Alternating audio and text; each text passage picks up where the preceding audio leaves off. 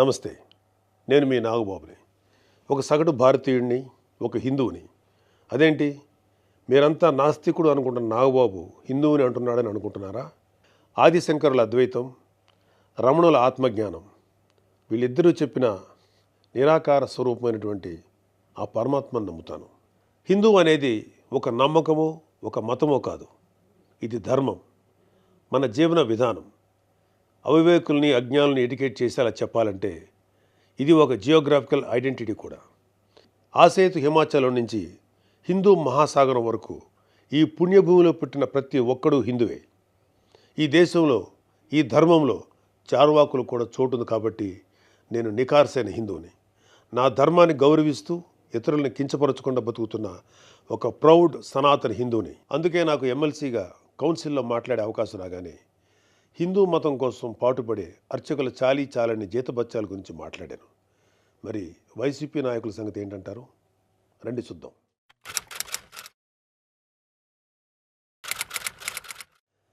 September 6, 2020 Antarvedi Shri Lakshmi Narasimhaswamy వారి రథం దగ్ధమైన రోజు. రాష్ట్ర వ్యాప్తంగా ఉన్న హిందువులందరి మనోభావాలు దెబ్బతిన్న రోజు. అప్పటి వైసీపీ ప్రభుత్వం ప్రతిపక్షాల ఒత్తిడికి తలొగ్గి కేసుని సిబిఐకి అప్పచెప్తామని చెప్పింది. కట్ చేస్తే 2023లో ఒక హిందూ హక్కుల యాక్టివిస్టు ఆర్టీఐ వేశాడు. దానికి సిబిఐ ఏం సమాధానం చెప్పిందో తెలుసా? అసలు ఈ కేసు మేము టేకప్పే చేయలేదని చెప్పారు. మసిపూసి మారేడికాయ చేయడంలో ఎక్స్పర్ట్స్ అయినటువంటి ఒక్క వైసీపీ నాయకుడైనా దీని మీద మీడియాలో మళ్ళీ మాట్లాడడం చూసారా? అయినా వీళ్ళకి అవతల వాళ్ళ పర్సనల్ జీవితాల మీద ఉన్న ఇంట్రెస్ట్ మన హిందూ దేవాలయాల మీద ఎక్కడ ఉంటుంది?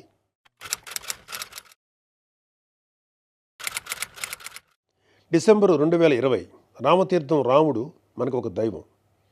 మహావిష్ణు అవతారం మాత్రమే కాదు, అంతకు మించి ఈ దేశం తాలూకు ఆస్తిత్వం రామకథలో ఉంది. ఒక మనిషి ధార్మికంగా ఎలా బ్రతకాలో రామాయణం చెప్తుంది. రామాయణంలో మారీచుడు చెప్తాడు, రామో విగ్రహవాన్ ధర్మ సాధు సత్య పరాక్రమ అని. ఈ భూమి మీద రాశీభూతమైన ధర్మమే శ్రీరాముడిని నమ్మే జాతి మనది. అలాంటి రాముడి శిరస్సును నరికినా పట్టించుకోని ప్రభుత్వం వైసీపీ ప్రభుత్వం. అప్పటి ప్రభుత్వం ఇన్వెస్టిగేషన్లో చూపించిన నిర్లక్ష్యం వల్ల దీని వెనుకున్న అసలు దోషులను శిక్షించలేక ఏదో నామకే వాస్తే కేసులు పెట్టి దీన్ని నీరు కార్చారు. అయినా మీకు మీ మంత్రులకి రిలీజ్ సినిమాలకు రివ్యూలు ఇవ్వడం మీద ఉన్న శ్రద్ధ రాముడి మీద ఎందుకు ఉంటుంది?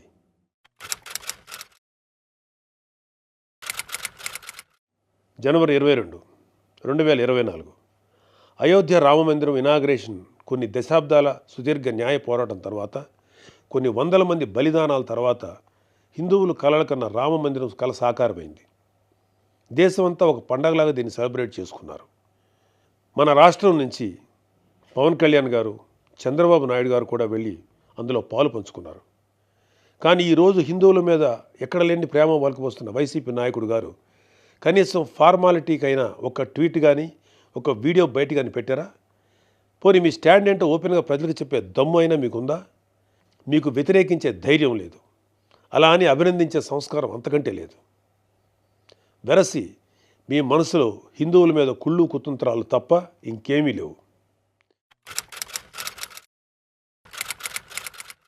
టీటీడీ భక్తులకి భగవంతుడిని దూరం చేసిన వైసీపీ పూట గడవని పేదవాడి దగ్గర నుంచి వజ్రాల కిరీటాలు చేయించే కోటీశ్వర్ల వరకు అందరి కోరిక ఒకటే, ఆ కలియుగ దైవమైన వెంకటేశ్వర స్వామివారి దర్శనం ఏడాదికి ఒకసారైనా చేసుకోవాలని. ఒక సామాన్య భక్తుడు నెల నెలా డబ్బులు కూడబెట్టుకొని మరి ఆయన చూడడానికి కొండ మీదకి వెళ్తాడు. అలాంటి కొండ మీద అకామిడేషన్ ఛార్జీలు మీరు ఒక్కసారిగా ఎలా పెంచుతారు? నందకం, పాంచజన్యం, కౌస్తుభం, ఒకలామాత గెస్ట్ హౌసుల్లో 500కి దొరికే రూమ్ని 1000కి ఎలా పెంచారు?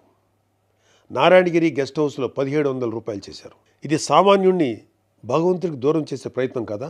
నువ్వు ఎవరిని, అదే ఏ మాఫియాని సంతోషపెట్టడానికి ఇది చేసావో అర్థం కానంత అమాయకులు అనుకుంటున్నావా ప్రజలు? దర్శనాలు సేవలు అయితే ఇంకా దారుణం. ఏదో కాయగూరల బేరం ఆడినట్టు 10,000 చేయి, దీన్ని 5,000 చేయంటూ ఎంత నిర్లక్ష్యంగా మీ సుబ్బారెడ్డి బోర్డు మీటింగ్లో మాట్లాడాడో మొత్తం రాష్ట్రం అంతా చూసింది. అంత చులకన మీకు హిందువులంటే. ఇకపోతే తిరుమల మీద నువ్వు చేసిన దోపిడీ అంతా ఇంత కాదు. ఒకే ఒక ఉదాహరణ చెప్పాలంటే టీటీడీ కామన్ గుడ్ ఫండ్కి ఇచ్చే కాంట్రిబ్యూషన్ 2.5 కోట్లు ఉండేది. దీన్ని సెప్టెంబర్ 2021లో 50 కోట్లకు ఒక్కసారిగా పెంచేశాం. అసలు ఇక్కడే కాదు, ఎక్కడ కొండ కనపడినా గుండు కొట్టేయాలనుకోవడమేగా మన అలవాటు.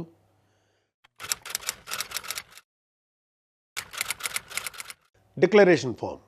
ప్రతి రిలీజియస్ ఇన్స్టిట్యూట్కి ఒక సాంప్రదాయం ఉంటుంది. దాన్ని గౌరవించడం మన ధర్మం. యుధా రాజా తదా ప్రజ అంటారు. నాయకులే రూల్స్ ఫాలో కాకపోతే ఇంకా ప్రజలు ఏం ఫాలో అవుతారు? అయినా బాధ్యత గురించి వైసీపీకి చెప్పడం చెవిటోడి చెవిలో శంఖం ఊదినట్టే. పవన్ కళ్యాణ్ గారు ఆయన కూతురు పొలినాని తిరుమల తీసుకువెళ్ళినప్పుడు ఆ అమ్మాయి మైనర్ అయినా కూడా ఒక గార్డియన్గా ఆ అమ్మాయి తరఫున డిక్లరేషన్ ఇచ్చారు.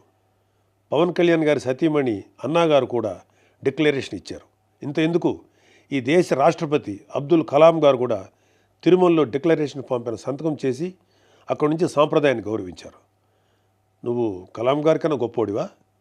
డిక్లరేషన్ ఇవ్వకుండా వెళ్ళటమే కాక మీ మంత్రి వచ్చి ఆడి అమ్మ మొగుడు కట్టాడా తిరుపతి గుడి అని అంటాడా?